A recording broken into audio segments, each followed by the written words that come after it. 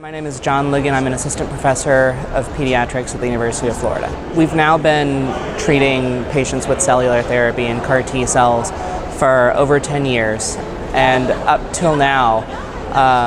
these have largely been in patients with relapsed and refractory disease,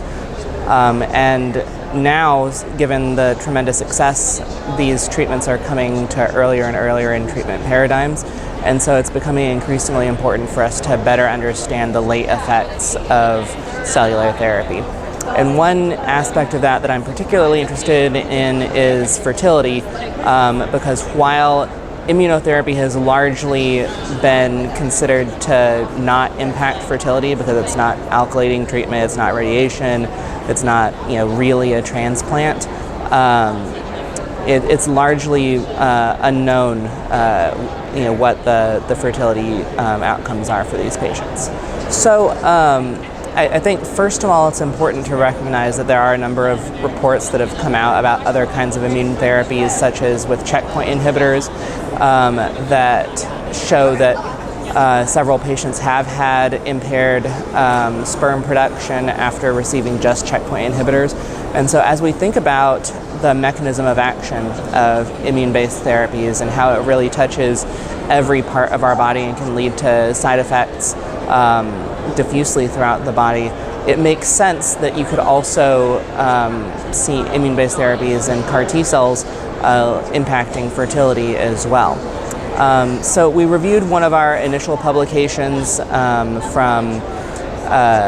about a year ago in transplantation and cellular therapy, where we asked several CIBMTR centers to tell us what outcomes they were aware of in terms of fertility and what their practices were about fertility counseling and fertility preservation and pregnancy outcomes. What we found was that there were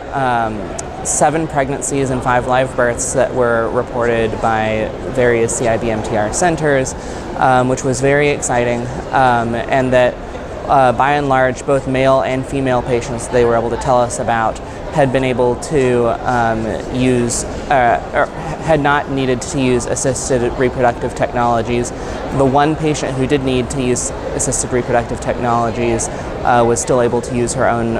egg, so that was encouraging. And these patients were seeing fertility as early as 6 months after cell therapy, so this was very interesting and encouraging. The other piece that we uncovered, though, was that really there wasn't any kind of standardized guidance or practices about fertility across these centers. So most of these centers didn't have kind of a particular guideline in place for how to counsel patients or how to monitor fertility with hormone levels after treatment, or when and how to refer patients for fertility preservation procedures. And so we really,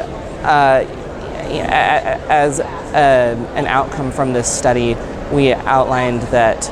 especially now that cellular therapy is moving earlier in treatments, I think we do need to come together as a society and come up with some sort of standardized guidance that we can give patients, and also prospectively try to collect data on patients who are receiving cellular therapy and their fertility outcomes, so that way we can come up with real evidence-based guidelines moving forward.